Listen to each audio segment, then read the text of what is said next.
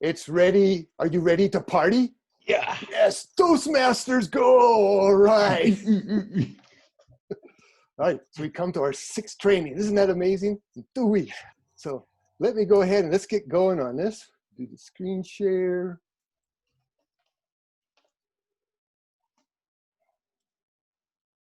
Okay. Now, with this training, we are going to finish the first of the speech preparation steps. We spent all this time on one step, which was, what is it? Creating content. So our 6th and final training on that. Like I said earlier, 6 trainings. Can you believe it? Now, in this process, there's 3 steps in the creating content. The first one is what you do before you start writing your speech to help you write the speech. And we did that with the big picture, knowing the big picture. Then number 2, the second step, is what you do during it. And today we're finishing that one. That's the writing process. But today we will also do the 3rd step, what you do after. Now, so far, as far as what we do during the writing process, we've looked at how to make an outline, and we've looked at how to write an opening, a closing, and the body of a speech. Now we're going to look at how to make transitions for a speech. Then after we finish that, we're going to go into the 3rd step and look at how to fine-tune what we write. But before we do that, whoops, fine-tune, there it is. I forgot to push the button. But before we do that, I want to tell you about, or last time, I shared a little bit, some food for thought, some things to consider when writing a speech. And guess what? I thought of a few more since last time that I should have shared, but I will do it now.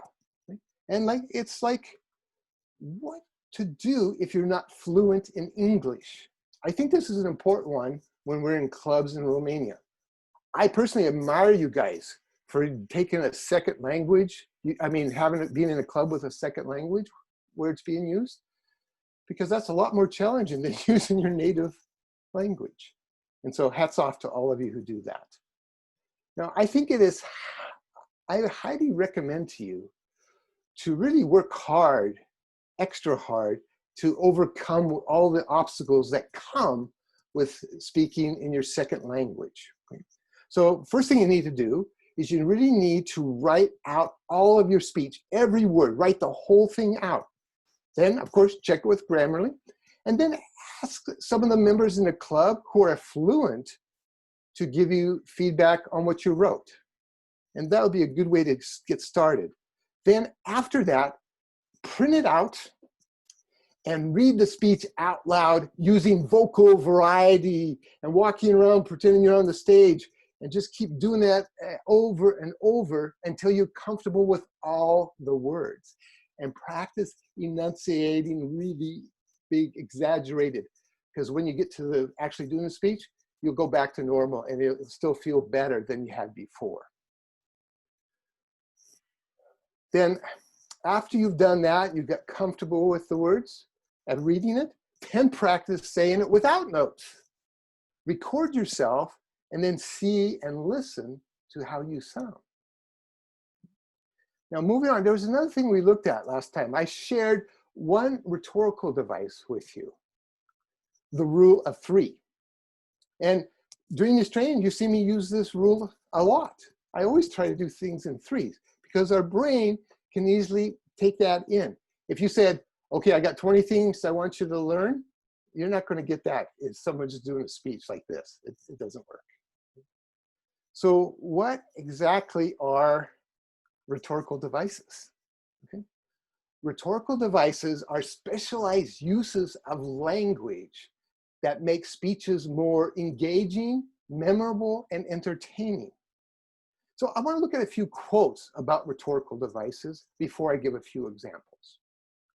This first one is by Jeffrey Summers.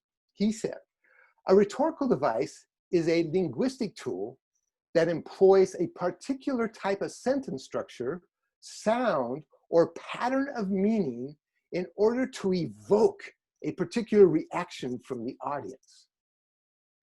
Moving on to Dom Bernard. Planned use of language has a major impact on how your speech is received by the audience. Saying the right words at the right time in the right way can achieve a specific impact. Notice he used it, said right 3 times. And here's one more quote by Andrew DeLugan. He said, if your speech is void of rhetorical devices, it is like a painting void of color. Or if you want to use another analogy or metaphor, it's like food with no seasoning. Metaphors make it have spice, give it flavor. Just be careful that you don't put too much on it. Okay? Now here's an example of a rhetorical device. I think most people know this man, Winston Churchill, and most people know this speech. Here it goes. We shall not flag or fail. We shall go on to the end. We shall fight in France. We shall fight on the seas and oceans. We shall never surrender. That was a very powerful. And what the rhetorical device is called that he used, it's called an anaphora.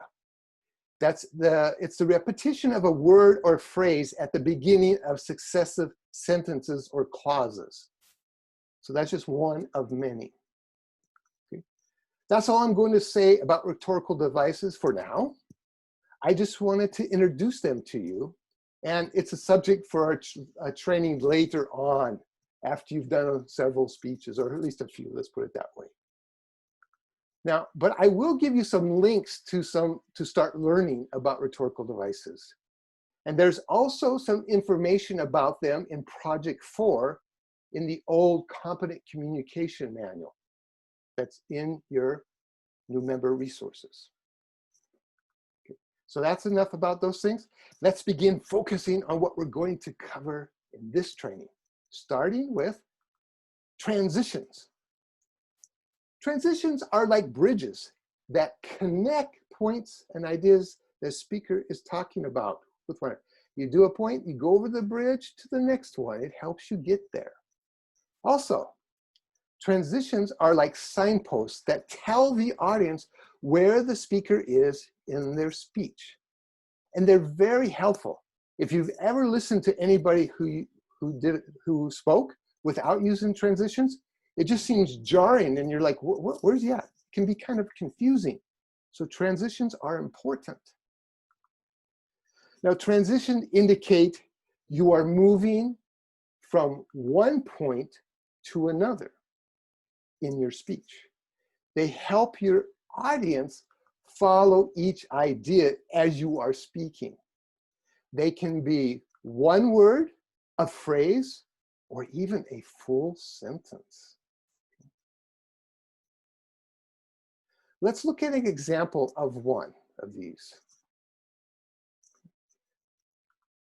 So much for the problem. What about the solution? So that's a good example. Let's go back over that again. So you get to the point where you want to transition and you say, so much for the problem. What about the solution? And you draw your audience in there going, yeah, what about it? So let's look at some other examples of different kinds of transitions.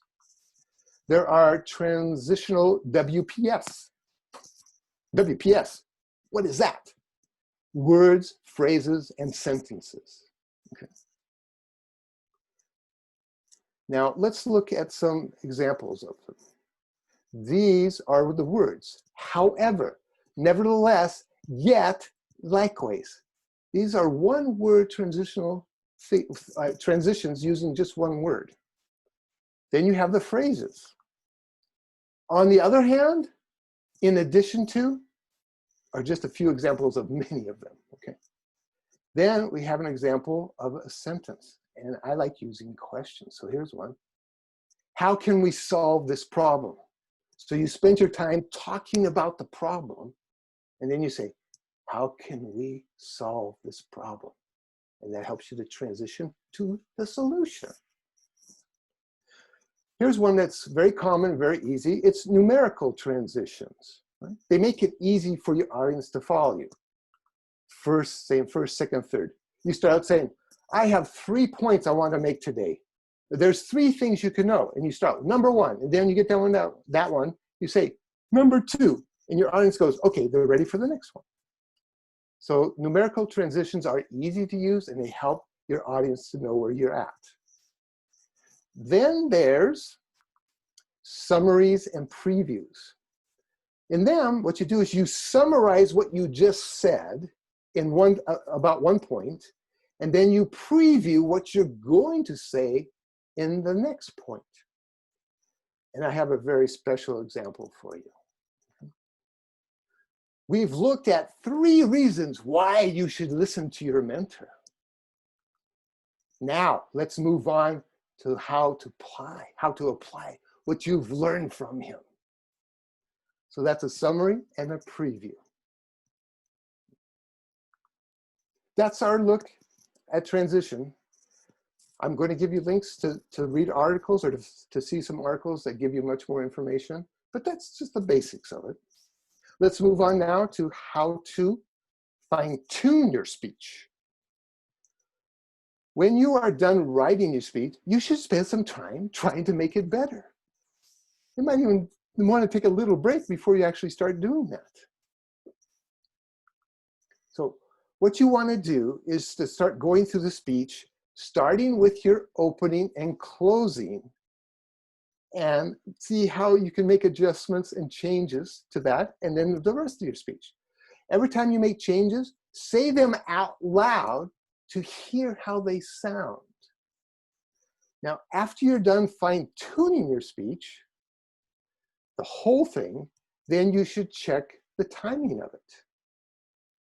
Because you don't want to wait till the last minute to check the timing of the speech, like right before. Oh, I'm 5 minutes over. No. So you need to figure out the timing before you get too close to the time of speaking. And lastly, you want to take and review what you wrote about what you wrote using your big picture guidelines. You want to see if you did everything you were supposed to do. And I would advise this: you write out your big picture. You know, you have your objectives, you have what you know about your audience, you have your purpose statement. And you should be looking at those as you write each part of the speech, just to remind yourself of the things that you need to include. But at the end, you make sure, double sure that you've done everything. I've had people that I've mentored in our club who did their speech, wrote it up, sent it to me, and it didn't meet any of the objectives of the speech. I was like, what? So focus on that. Now, after you're done doing those things, and you've written your speech, you've got it back from your mentor, it's all looking good, send it to some other people for feedback from them. Besides, not your mentor. I mean, you've done that already. Now send it to a few other people who you trust or who you think can give you some good feedback, and ask for their opinion about things. And then you will always be, and I shouldn't say always is not the correct word, but as you're practicing delivering the speech, you will continue to fine-tune it as you come up with different ideas. It's just that you don't want to be doing changes right before you do the speech. At least keep a couple days where you keep it consistent. Then, oh, I forgot, send the feedback and then practice your delivery. Sorry about that. I got into my thinking when I'm talking, it's not hitting my button here. So seek feedback, practice delivering it, and keep working on it. Then here's what happens next. The call to action. What should you do with what you learned from these 6 trainings? Here's your call to action. Write your speech. Do it. Get it done. Remember, if you don't use it, you lose it. Let's finish by looking a little bit at the mentoring process, just as a refresher. Now, what you should do is you should review the videos and the PDFs of the trainings as is necessary or as is needed for you. If you can't remember something, go back and review it. It's going to be much easier to do the PDFs than the video, but you might want to just refresh yourself with that. Make sure you've done things correctly as I asked you to do them. If you send it to me and it's not what I asked you to do, I'm just going to send it back to you and say, that's not what I asked you to do. Go review the PDFs. Also, remember to check it with Grammarly before you send it to me as well. Where does the process start? You're going to send the big picture. Remember, objectives, what you learned about your audience, and your purpose statement, those 3 things. And we'll go back and forth a few times. I'll give you feedback, you'll work on it. Then you want to do your outline and do the same thing. Then your opening and closing, and then the body and transitions. And after I've given you feedback on all those things, or even, I'm going to be giving you feedback through all that process, but then finish by fine-tuning the speech. Even after I've given you some feedback, make sure you have it, keep working on it. And you can continue to send it to me if you make any changes. Now, this is important. That what I tend to find people do is they take too much time in between these things. Like, the only thing about doing the big picture that should be time consuming is if you do a survey. Everything else should be done quite quickly. The outline should not take very long. Don't take weeks for each one of these. These should take a day or 2, or, like I said, with a survey, it might take a few more days. But work on these things to get them done quickly. And you'll see later that I've actually put a schedule for you, a suggested schedule on how to do these things. Now, I've made a handout that's a summary of all the things we've looked at about creating content to give to you, because you're special. As you see here, there's just outline of step 1, knowing the big picture. If you could look down farther, you'd see it talks about the steps to making your purpose statement.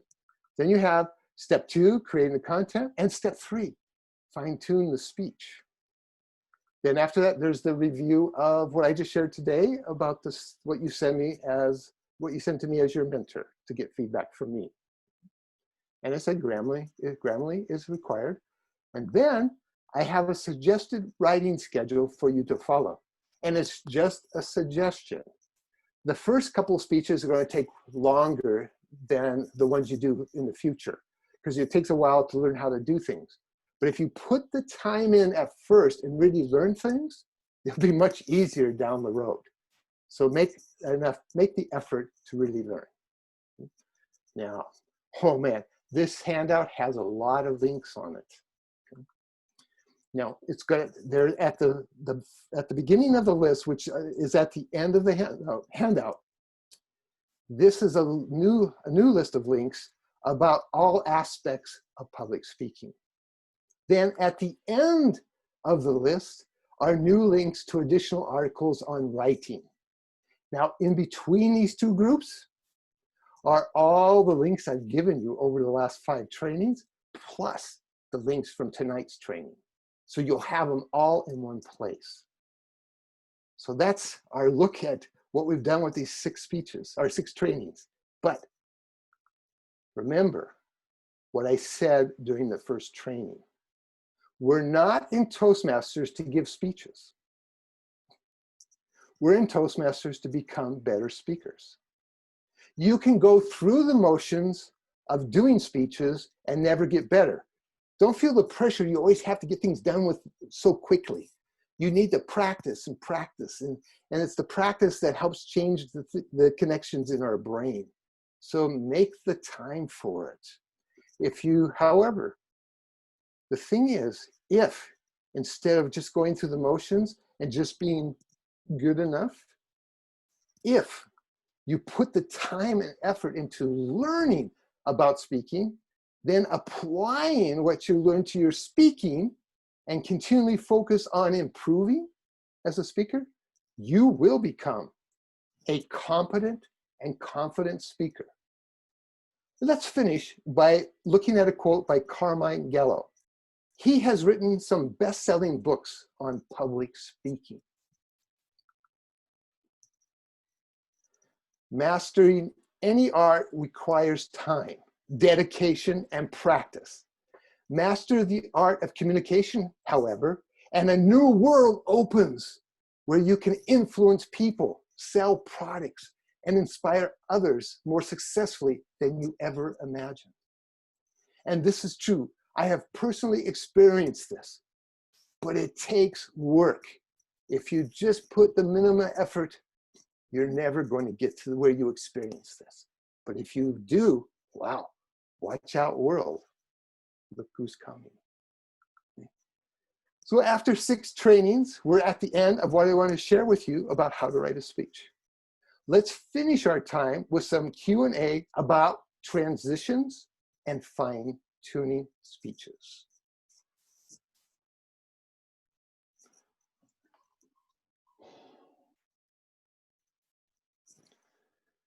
Okay, pretty boy, you have any cues for me? Any questions? Yes, thank you. Thank you for asking. Regarding the part which you said regarding the, we are not a Toastmaster to give speeches, just to be better speakers. I would ask you, if I have a preferred speech, can I repeat the same speech and get it better and better every time? Well, how is your experience regarding this? Okay. Or should I give every time another speech and so on and so on? Well, how is better for me to evolve? Project 2 and 3 is set up for this. You're supposed to do a project 2, your project 2, and then you're supposed to do it again for project 3 and take the feedback you got from it. Now for project 3, you could do a different speech, but I highly recommend that you do the same speech, because you know where I learned about this is doing contests. So I do my speech for the local club, right? Then I do the same speech for the area contest. Then I did it for the divisional and the district. And oh my gosh, I couldn't believe how much I improved it and how I internalized it over time. So, but you don't want to do that for the other speeches. You need to push yourself. If you just keep repeating the same speech, you're not going to learn as much as you would if you would focus on other things, right? Maybe in a year, when you can start working to become a world champions Toastmaster at the contest, then you can do the speeches several times. So, but I'm saying it's good. And actually, if you have opportunities to outside of Toastmasters to do the same speeches, do them, okay? And see how it goes. I think I told you, I can't remember for sure, but when I get ready to compete in contests, I go to IT firms here in town. People I know, I go to NTT Data, and I went to Pentalog, and I did my speeches in front of them just to get some experience outside of the Toastmaster environment. If you only do speeches in Toastmasters, you're going to get really, really comfortable over time with that. So you need to kind of find some places to keep that kind of the juices flowing, the adrenaline pumping by going in places that are new to you. But like most of us, at first, being in Toastmasters is plenty enough, because the first couple of speeches, the adrenaline's really going, and it's challenging, and you're dealing with fear, but it's a good thing to go through. And you have to go through those things to get better. And eventually, seriously, I told you this before. I used to be so afraid of speaking that if I had to give a speech the next day, I would spend some time vomiting the night before. Okay, I'm not exaggerating. And I never would have guessed in a million years back then that I could become a good speaker, because all I thought was that was it. This is the way I am. You know, it's kind of like that fixed mindset. You know, I didn't realize I could get better at this, and that fear can be overcome. It's one of the things I really regret about my life. I wish I could go back in time to my younger self, kick myself in the butt, and say, get into Toastmasters. It'll change your life. So that's my experience with that. So any other questions for me?